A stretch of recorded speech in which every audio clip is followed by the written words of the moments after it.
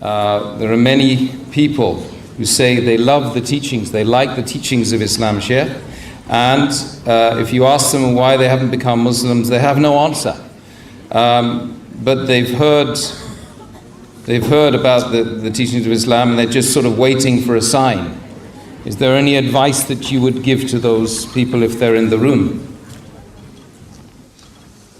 Well, I would say that one needs to answer the question, why not? One needs to address and to find out what is the reason why one is hesitating. Usually it comes down to issues of family. What are people going to say? What are my friends going to say? That's the usual, factor which will hold certain people back. And we know that happened even in the time of the Prophet, may God's peace and blessing be upon him, where his own uncle Abu Talib didn't accept Islam for that same fear. So it means that it is, and it's something I've heard many, many times in many, many places.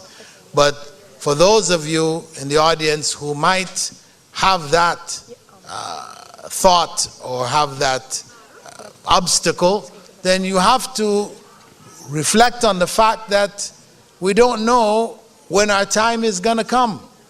We don't know when we're going to die.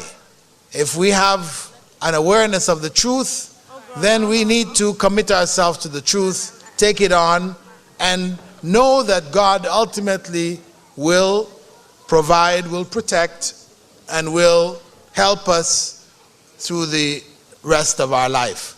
There are people all through the centuries, from the earliest of times, who have made this choice, and they have been successful in their lives. They've gone through difficulties, they have suffered, etc.